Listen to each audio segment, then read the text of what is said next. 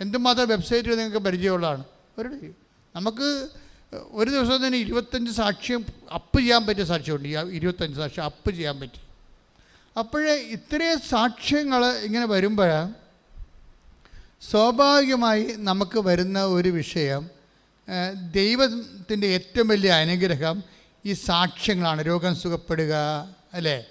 ഇപ്പം ഇമ്മാനുവേൽ കയറി വരാൻ പറഞ്ഞില്ലേ, സെക്കൻഡുകൾക്കുള്ളിൽ ആൾ IELTS പാസ്സാക്കി പാക്ക് ചെയ്ത് ആൾ പോയി.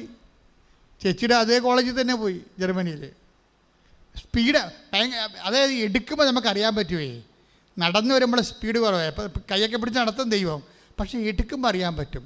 Speed within no time within 2 വീക്കൊക്കെ ഈ സംഭവം സെറ്റ് ചെയ്ത് പോകും. ചിലപ്പോൾ ഒരു ഇരിക്കുമ്പോൾ തന്നെ നമ്മൾ ഉടമ്പടിയിൽ എഴുതുമ്പോൾ തന്നെ സെറ്റാവും. അത് ലിഫ്റ്റ് ചെയ്യണമാണ്. അത് വല്ലാത്ത അങ്ങനെ കോരിയെടുക്കും. എടുത്ത് പിന്നെ നമ്മളുടെ ശക്തിയിലല്ല, നിങ്ങൾ എനിക്ക് തോന്നുന്നത് സറണ്ടർ ചെയ്യണമെന്നാണ് തോന്നുന്നത്. നിങ്ങൾ ഇത് അതായത് ദൈവമേ ഇത് സത്യമായിട്ട് ഞാൻ പറയാണ്, എന്നെക്കൊണ്ടിത് പറ്റത്തില്ല, നീ ഇത് ഫുൾ ആൻഡ് ഫുൾ 99% ഞാനും 99% നീയും 1% ഞാനും എന്ന് ഞാൻ പറയണില്ല. 1% കൂടി സറണ്ടർ ചെയ്യണം. 100% നീ ഇതിൻ്റെ അകത്ത് ശ്രദ്ധിക്കുന്നില്ലെങ്കിൽ ഞാൻ ഉണ്ടാവത്തില്ല എന്ന് തുറന്ന് അങ്ങോട്ട് സറണ്ടർ ചെയ്യണം. പക്ഷേ ഈ സറണ്ടർ ചെയ്യുന്ന വ്യക്തിക്ക് നല്ല ദൈവസ്നേഹം ഉണ്ടാകണം. നീ ഉടമ്പടിയുടെ മറ്റു കാര്യങ്ങളൊക്കെ ചെയ്യണം. അപ്പോൾ നിൻ്റെ കാര്യം മാത്രം ചെയ്തിട്ട് ഞാൻ സറണ്ടർ ചെയ്തെന്ന് പറഞ്ഞിരിക്കരുത്. നീ ദൈവം നിനക്കറിയാമല്ലോ, ദൈവം ഏത് ക്ലേശകാലത്തും ദൈവം നമ്മുടെ കൂടെ ഉണ്ട്. പക്ഷേ വി ഡോണ്ട് ഫീൽ ഇറ്റ്. ഇപ്പം ഉദാഹരണത്തിന് ഇപ്പോൾ ഐസയ്യാ 30:21 എന്താ പറയണത്? കർത്താവ് എനിക്ക് കഷ്ടതയുടെ അപ്പവും പറഞ്ഞ് ക്ലേശത്തിന് ജലവും തന്നാലും എൻ്റെ ദൈവം മറഞ്ഞിരിക്കില്ല. നീ വലത്തോട്ടോ ഇടത്തോട്ടോ തിരിയുമ്പോൾ പിന്നിൽ നിന്ന് ഒരു സ്വരം കേൾക്കും. ഇതാണ് വഴി, ഇതിലേ പോകും. അപ്പൊ ദൈവം നിന്റെ വഴി നടത്തി തന്നെ ഒരാളാണ്. അതുകൊണ്ടാണ് ദൈവവുമായിട്ട് പിരിയണ ഒരവസ്ഥ ഉണ്ടാക്കരുതെന്ന് പറയണത്. സാന്നിധ്യത്തിൻ്റെ പ്രോബ്ലം നമുക്ക് കഷ്ടകാലത്ത് നമുക്ക് ഇടം വരാൻ തിരിഞ്ഞു നോക്കുമ്പോൾ പല പല പരിഹാരങ്ങൾ പല പല രീതിയിൽ നമ്മുടെ കൊച്ചു ബുദ്ധിക്ക് പറ്റിയ. ഇപ്പം ഞാൻ ചിലരോട് പറയാമല്ല, വെയിറ്റ് ചെയ്ത് നിങ്ങൾ തീരുമാനമൊന്നും എടുക്കരുത്. 10 ഡേറ്റ് ഇട്ട് കൊടുക്കും, 48 ദിവസം. 48 ദിവസമൊന്നും ഇപ്പം വസ്തു വിൽപ്പന, ജപ്തി, അങ്ങനെ പല പ്രശ്നമാണ്. മകളെ കെട്ടിക്കൽ, പറമ്പ് വിൽക്കൽ, ഇങ്ങനെ പല പല വിഷയത്തിൽ വിഷമിക്കുകയാണ്. അപ്പോൾ വീട്ടിൽ നിന്ന് നമുക്കൊന്നും കിട്ടത്തില്ല. എന്താ കാര്യം? ഭാര്യയൊക്കെ കുറ്റപ്പെടുത്തുകയുള്ളൂ. മക്കളാണെങ്കിൽ അവരുടെ കാര്യം നടക്കാത്തത് കൊണ്ട് നമ്മുടെ മേക്കെട്ട് കയറും. നമുക്കാണെങ്കിൽ വീട്ടിൽ വരാൻ തോന്നണമില്ല. കാര്യം ഭക്ഷണം തന്നെ വല്ലയിടത്തും കിട്ടിയെങ്കിൽ അവിടുന്ന് കഴിക്കാം. ഒക്കെ വീട്ടിൽ വരുമ്പോൾ ഓരോരുത്തരും മോന്തയും കണ്ടിട്ട് അവരത് ചെയ്തായിരുന്നു, അവിടെ പോയായിരുന്നു, അവരെന്ത് പറഞ്ഞു, ഇവരെന്ത് പറഞ്ഞു. ഊണ് കഴിച്ചുകൊണ്ടിരിക്കുമ്പോൾ ഇവർ കളാ ഈ ബുദ്ധിയും ബോധമില്ലാത്ത പെണ്ണുങ്ങൾ നമ്മളെ പിന്നെ പിരികേറ്റും. അവരെന്ത് പറഞ്ഞു? അവിടെ പോയില്ല. അപ്പോൾ നമ്മൾ ഭക്ഷണം കഴിക്കണം, ഇവർക്ക് മറുപടി പറഞ്ഞു കൊടുക്കണം. ചിലർ കല്യാണം കഴിക്കുന്നുണ്ടെങ്കിലും ബോധമില്ലാത്ത ഒത്തിരി പെണ്ണുങ്ങൾ കല്യാണം കഴിച്ച് ഭാര്യമാരായിട്ടുണ്ട്. അതിൻ്റെ കാര്യത്തിന് അവർക്കറിയത്തില്ല ഇയാൾ എങ്ങനെയാണെങ്കിൽ പൊള്ളിപ്പഴുത്ത് വരികയാണോ. അവരോട് ഊണ് കഴിക്കുമ്പോൾ വല്ലവരും സംസാരിക്കുക. ഊണ് കഴിക്കുമ്പോൾ സംസാരിച്ച് പിന്നെ മറുപടി അവസ്ഥ നമ്മൾ ഇട്ടു പോകും. അപ്പോൾ അദ്ദേഹത്തിന് എനിക്ക് വേണത് നിങ്ങൾ ഇങ്ങനെയുള്ള സാഹചര്യങ്ങളിൽ കുറച്ച് സംസാരിച്ചിട്ട് ബാക്കി ദൈവത്തോട് പറയണം. ഇവരോട് സംസാരിച്ച കാര്യമില്ല. കാരണം നിങ്ങൾക്കൊരു ഭാര്യ അല്ലെങ്കിൽ ഒരു ഭർത്താവ് 10-15 കൊല്ലം ജീവിക്കുമ്പോൾ അതെന്ത് ഉരുപ്പടിയാണെന്ന് നിങ്ങൾക്കറിയാൻ പറ്റും. പിന്നെ അവരെ കറക്റ്റ് ചെയ്യാൻ വേണ്ടി മരണം വരെ നിങ്ങൾ എനർജി ചിലവാക്കിയിട്ട് കാര്യമുണ്ടോ? ഒരു കാര്യമില്ല. നമുക്കറിയാൻ പറ്റുമല്ലോ. ഒരു 5 കൊല്ലം ജീവിക്കുമ്പോൾ തന്നെ അറിയാൻ പറ്റും ഭർത്താവ് എന്ത് ജാതിയാണ്, ഭാര്യ എന്ത് ജാതിയാണെന്ന്. അപ്പോൾ പിന്നെ നിങ്ങൾക്ക് എന്ത് ചെയ്യാൻ പറ്റും? നീ സ്റ്റോപ്പ് ദ ബിസിനസ് എന്ന് വെച്ച് കഴിഞ്ഞാൽ അവരോട് ആ വിഷയം സംസാരിച്ച പ്രശ്നം ഉണ്ടാക്കേണ്ട കാര്യമില്ല. നിങ്ങൾ ദൈവത്തോട് പറയുക. അവിടുത്തെ എന്തെങ്കിലും കിട്ടുന്നുണ്ടെങ്കിൽ അത് ദൈവത്തിന് പ്രാർത്ഥനയായിട്ട് കാഴ്ചവെക്കണം.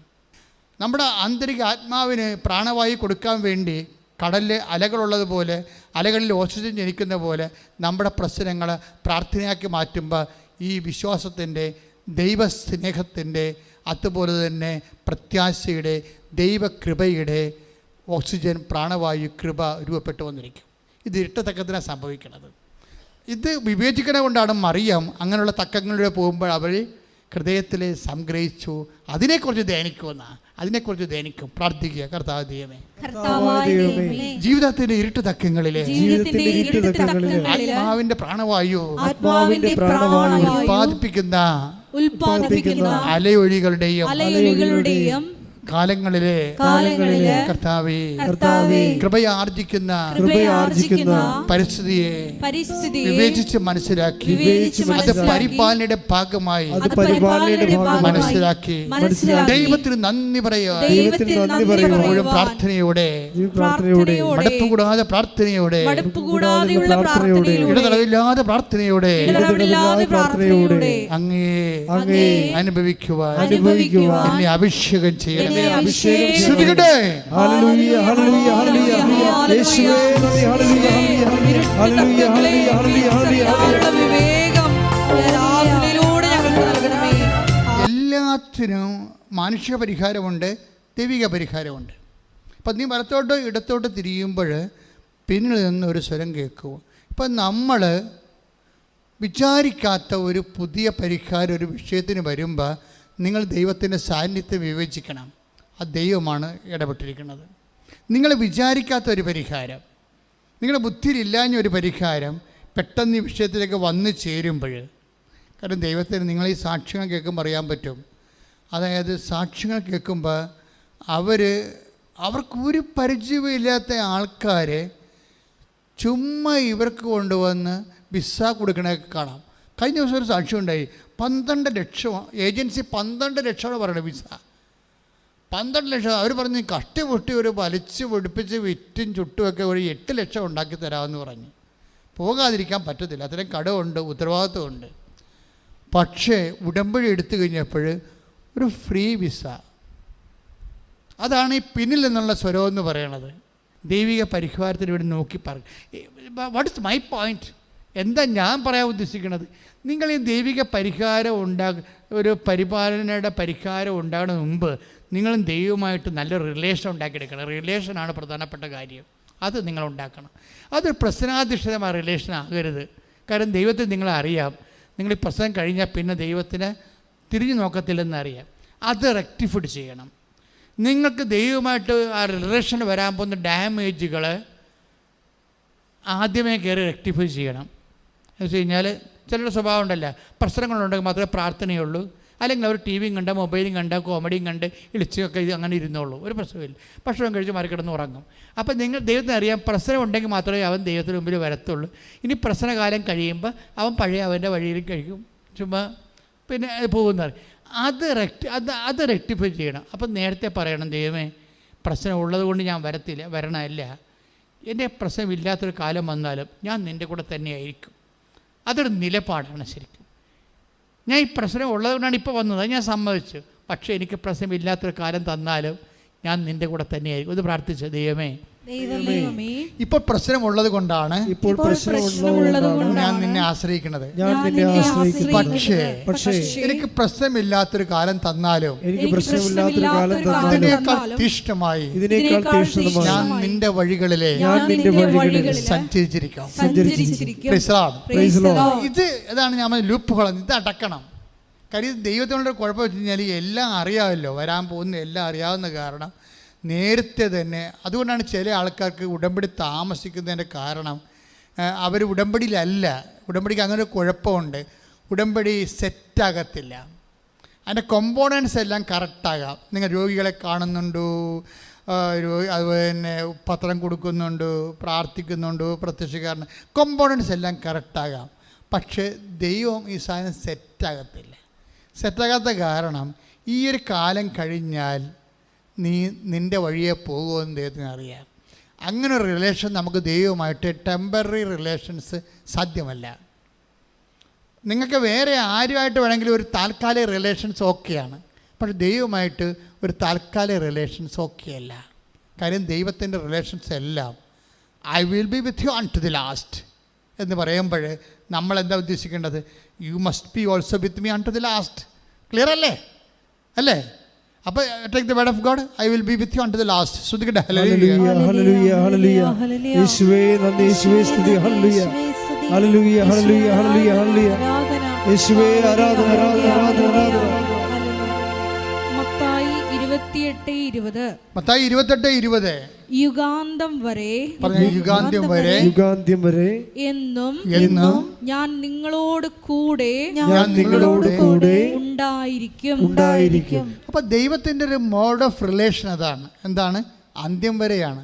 ടെമ്പററി റിലേഷൻസ് ഇല്ല. അപ്പം നമ്മൾ ബുദ്ധിയുള്ള മനുഷ്യർ എന്ത് ചെയ്യണം? ദൈവം പ്രീസപ്പോസ് ചെയ്യുന്നുണ്ട്. എന്താണ്? Likewise I also presuppose that you will be with me unto the last. അതായത് എന്നെപ്പോലെ നീയും അന്ത്യം വരെ എൻ്റെ കൂടെ ഉണ്ടാകുമെന്ന് ഞാൻ ധരിക്കുന്നു. ഇടേ വിഷയം. അതുകൊണ്ട് തന്നെ ദൈവമായിട്ട് റിലേഷൻസ് ഒരു ശാശ്വത റിലേഷൻസ് ആക്കി മാറ്റാൻ നോക്കണം. കാര്യം ഈ സാന്നിധ്യം ശാശ്വതമായിട്ടാണ് പോണത്. Take the word of God. സാന്നിധ്യം സന്തോഷവും തമ്മിൽ ബന്ധമുണ്ട്. സങ്കീർത്തനം 16:8-11 വരെ. കർത്താവ് എപ്പോഴും എൻ്റെ കൺമുമ്പിലുണ്ട്. ക്ലിയർ പറഞ്ഞേ. കർത്താവ് എപ്പോഴും എൻ്റെ കൺമുമ്പിൽ ഉണ്ട്. അവിടുന്ന് എൻ്റെ വലതുഭാഗത്തുള്ളത് കൊണ്ട് ഞാൻ കുലുങ്ങുകയില്ല. അതിനാൽ എൻ്റെ ഹൃദയം സന്തോഷിക്കുകയും അന്തരംഗം ആനന്ദം കൊള്ളുകയും ചെയ്യുന്നു. എന്റെ ശരീരം സുരക്ഷിതമായി വിശ്രമിക്കുന്നു. അവിടുന്ന് എന്നെ പാതാളത്തിൽ തള്ളുകയില്ല. അങ്ങയുടെ പരിശുദ്ധൻ ജീർണിക്കാൻ അനുവദിക്കുകയില്ല.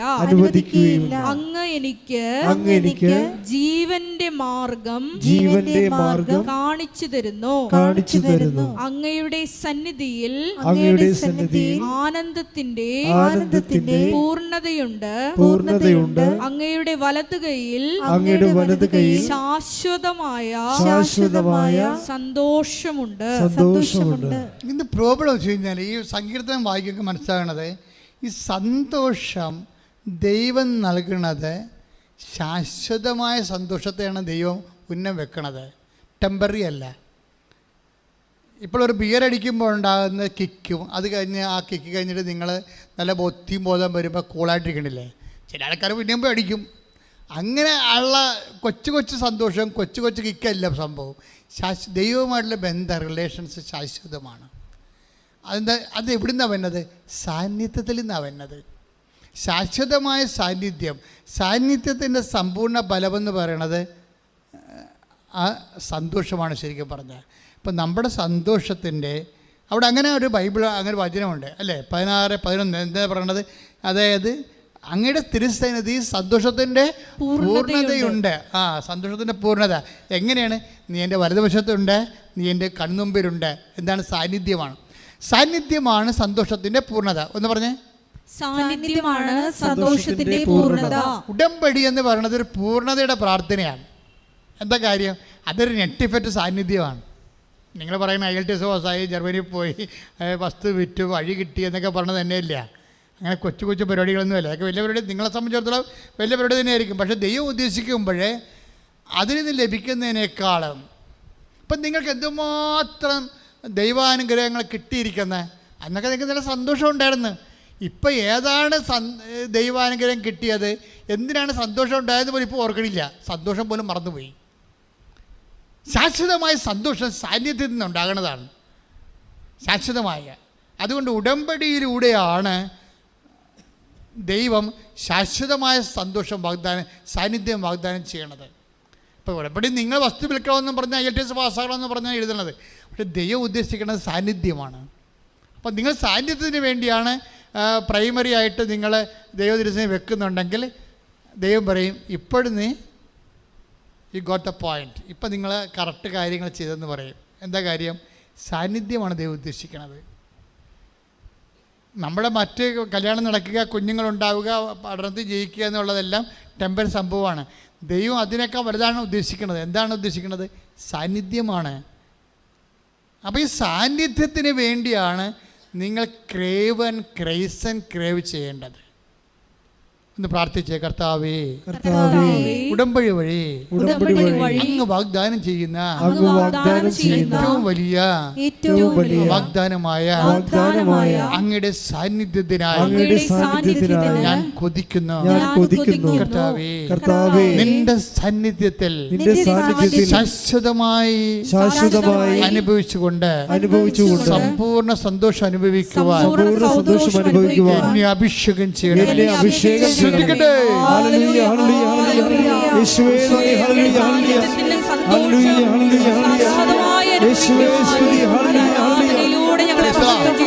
അപ്പോസ്തല പ്രവർത്തനം 2:28 എടുത്തേ. അപ്പോസ്തല പ്രവർത്തനം 2:28. ജീവന്റെ വഴികൾ പറഞ്ഞ ജീവന്റെ വഴികൾ അവിടുന്ന് എനിക്ക് കാണിച്ചു തന്നു. തന്റെ സാന്നിധ്യത്താൽ അവിടുന്ന് എന്നെ സന്തോഷഭരിതനാക്കും. ഇപ്പൊ സാന്നിധ്യമാണ് സന്തോഷം. ഉടമ്പടി നമ്മൾ വെക്കേണ്ട പ്രധാനപ്പെട്ട കാര്യം എന്താണ്? സാന്നിധ്യമാണ്. കാര്യം കഴിഞ്ഞ ദിവസം ആൻ്റണി എന്ന് പറഞ്ഞൊരു മനുഷ്യൻ സാക്ഷ്യം പറഞ്ഞു. തെക്കടിശ്ശേരിക്കാരനാണ്, എൻ്റെ ഇടവക്കാരനല്ല. ഞാൻ അവിടെ 2 ഇടവക ഉണ്ട്, ലാറ്റിനും ഉണ്ട്, സിറിയൻ കാത്തലിക്കുമാണ്. ഇപ്പോൾ സിറിയൻ കാത്തലിക്കിലുള്ള വലിയപ്പൊരു സാക്ഷ്യം പറഞ്ഞു ഇവിടെ. തെക്കടിശ്ശേരി എന്ന് പറഞ്ഞുകൊണ്ട് ഞാൻ ശ്രദ്ധിച്ചത്, അപ്പാപ്പൻ ഒരു വലിയപ്പനാണ്. പിന്നെ ഹൃദയാഘാതമാണ്, 5 ബ്ലോക്കുണ്ട്. ഇപ്പോൾ അതിൻ്റെ ഓപ്പറേഷൻ എന്തോ കഴിഞ്ഞു. പക്ഷേ എന്നിട്ടും നെഞ്ചുവേദനക്ക് മാറ്റമില്ല. വീണ്ടും സ്കാൻ ചെയ്തപ്പോൾ 5 ബ്ലോക്ക് വേറെ ഉണ്ട്. പുള്ളി പെട്ടുപോയി. ഡോക്ടർ പറഞ്ഞു നിങ്ങൾക്ക് 5 അടി കൂടി നടക്കാൻ പറ്റത്തില്ലെന്ന് പറഞ്ഞു. അവൾ ഇരിപ്പുകാരനായിപ്പോയി, വേദനയും കൊണ്ട് ഇരിപ്പുകയാണ്. അപ്പോൾ ഉടമ്പടി എടുത്തു കഴിഞ്ഞപ്പോൾ പെട്ടെന്ന് ഈ മനുഷ്യൻ്റെ മുമ്പിൽ ഒരു സ്വരം, ആൻ്റണി എഴുന്നേറ്റ് റോഡിലേക്ക് വരാൻ പറഞ്ഞു. ഉടനെ ആരാണെന്നറിയാൻ പറ്റില്ല, ആരുമില്ല, സ്വരമാണ് ഉള്ളിൽ നിന്ന് കേൾക്കണത്. അപ്പോൾ പുള്ളിക്കാരൻ പറഞ്ഞ് എനിക്ക് നടക്കാൻ പറ്റത്തില്ല, ഡോക്ടർ പറഞ്ഞിട്ട് നടക്കരുതെന്ന് പറഞ്ഞിട്ടുണ്ടെന്ന്. പിന്നെ ആൻ്റണി എഴുന്നേക്കുക എന്ന് പറഞ്ഞു. ഉടനെ പുള്ളി കട്ടലിൽ നിന്ന് എഴുന്നേറ്റ് റോഡേ വന്നു. അപ്പോൾ ഒരു 30 മീറ്ററായി. റോഡേ വന്നു കഴിഞ്ഞപ്പോൾ പിന്നെ കാര്യം വേദന ബ്ലോക്കുള്ള ആളാണ്. പിന്നീട് ആൻ്റണി പടിഞ്ഞോട്ട് നടക്കാൻ പറഞ്ഞു. പിന്നെ റോഡേ കൂടി പുള്ളി പടിഞ്ഞോട്ട് നിങ്ങൾക്കറിയാം, ഞാൻ അവിടെ ഇരുന്ന പാലമാണ്, വലിയ പാലമാണ്, പാലത്തിൽ കയറണം. അപ്പോൾ ഹാർട്ടിൻ്റെ പ്രശ്നമുള്ളവർക്ക് പാലത്തിൽ കയറാൻ പാടല്ലേ. ആൻ്റണിനെ പാലത്തേക്ക് ഇറക്കി ആൻ്റണി നടക്കാൻ പറഞ്ഞു. ഇതെല്ലാം ഇങ്ങനെ സ്വരം കേൾക്കും, നടക്കൂ പേര് വിളിച്ചാൽ പറയണത്, ആൻ്റണി നടക്കൂ. ആൻ്റണി നടന്ന് തുറവൂർ കവലയെത്തി. അപ്പോൾ എത്രയായി? 5 കിലോമീറ്ററായി. വീട്ടിൽ നിന്ന് 5 കിലോമീറ്റർ, 5 അടി പോരാൻ പറ്റാത്ത ആളെ പേര് പറഞ്ഞ് അവിടെ നിന്ന് വിളിച്ചെഴുന്നേപ്പിച്ചിട്ട് 5 കിലോമീറ്റർ നടത്തി തിരിച്ചു കൊണ്ടുവന്നാക്കി. ഇത് ഉടമ്പടിക്കേ പറ്റത്തുള്ളൂ. കാര്യം എന്താണ്? ഈ ഉടമ്പടി മാത്രമേ പാക്കേജ് ഉള്ളൂ. എന്താണ്? ഞാൻ നിൻ്റെ കൂടെ, I will come with you wherever you go, അല്ലേ? നമ്മൾ ജോഷുവ 1:9 വായിക്കണല്ലേ? വായിച്ച് ജോഷുവ 1:9. നിന്റെ ദൈവമായ കർത്താവ് പറഞ്ഞ നിന്റെ ദൈവമായ കർത്താവ് നീ പോകുന്നിടത്തെല്ലാം നിന്നോട് കൂടെ ഉണ്ടായിരിക്കും. കൈയടിച്ച് കർത്താവ് ശ്രദ്ധിക്കട്ടെ. ഇതുപോലൊരു വചനമാണ് മോസസിനോട് പറഞ്ഞിരിക്കുന്നത്. അതെല്ലാം ഉടമ്പടിയുടെ ആണി വചനങ്ങളാണ്. 33:14 പുറപ്പാട് പുസ്തകം. ശ്രദ്ധിക്കട്ടെ. ഹല്ലേലൂയ, ഹല്ലേലൂയ, ഹല്ലേലൂയ, ഹല്ലേലൂയ. യേശുവേ നന്ദി, ഹല്ലേലൂയ. പുറപ്പാട് 33:14. കർത്താവ് പറഞ്ഞു, ഞാൻ തന്നെ നിന്നോട് കൂടെ വരികയും നിനക്ക് ആശ്വാസം നൽകുകയും ചെയ്യും. ആശ്വാസം മാത്രമല്ലേ, ധൈര്യം നൽകും, എല്ലാ തരത്തിലും സന്ധിക്കും. അതായത് എൻ്റെ മക്കൾ, എന്തിനാ ഞാൻ ഇങ്ങനെ പറയണമെന്ന് വെച്ച് കഴിഞ്ഞാൽ, ഇപ്പോഴും ആൾക്കാർ ഉടമ്പടിയുടെ യഥാർത്ഥ കേന്ദ്രത്തിൽ ചെന്നിട്ടില്ല. ഇന്ത്യ വരെ, ആഗ്ര വരെ ചെന്നിട്ട് താജ്മഹൽ കണ്ട് പോകുന്ന പോലെ പല ആൾക്കാരും ചെയ്യിക്കേണ്ടത്. അപ്പുറത്ത് ഡൽഹി ഉണ്ടല്ലോ, തലസ്ഥാനത്ത് പോയിട്ടില്ല ആൾക്കാർ എന്ന് പറഞ്ഞ പോലെ സംഭവം. ഉടമ്പടിയുടെ കേന്ദ്രമെന്ന് പറയുന്നത് സാന്നിധ്യമാണ്. ദൈവത്തിൻ്റെ ഏറ്റവും വലിയ കൊതി എന്താണെന്നറിയാമെന്ന്, നമ്മുടെ കൂടെ സഞ്ചരിക്കുക, ജീവിക്കുക, സാന്നിധ്യം നൽകുകയാണ് ചെയ്യണത്. ബാക്കിയെല്ലാം അതാണ് ലക്ഷ്യം ദൈവത്തിൻ്റെ. നിൻ്റെ പ്രശ്നങ്ങളെല്ലാം ദൈവത്തിൻ്റെ മാർഗമാണ്. ദൈവത്തിൻ്റെ ലക്ഷ്യം എന്ന് പറയുന്നത് നിൻ്റെ കൂടെ എൻ്റെ കൂടെ ജീവിക്കുക എന്നുള്ളതാണ്. അപ്പം നീ അതിന് പ്രാധാന്യം കൊടുത്തന്നെ ഉടമ്പടിയിൽ സെറ്റ് ചെയ്യണമെന്നുണ്ടെങ്കിൽ, കർത്താവേ നീ എന്നെ വിട്ടു പിരിഞ്ഞു പോകരുത്, എൻ്റെ കൂടെ ഉണ്ടാകണം.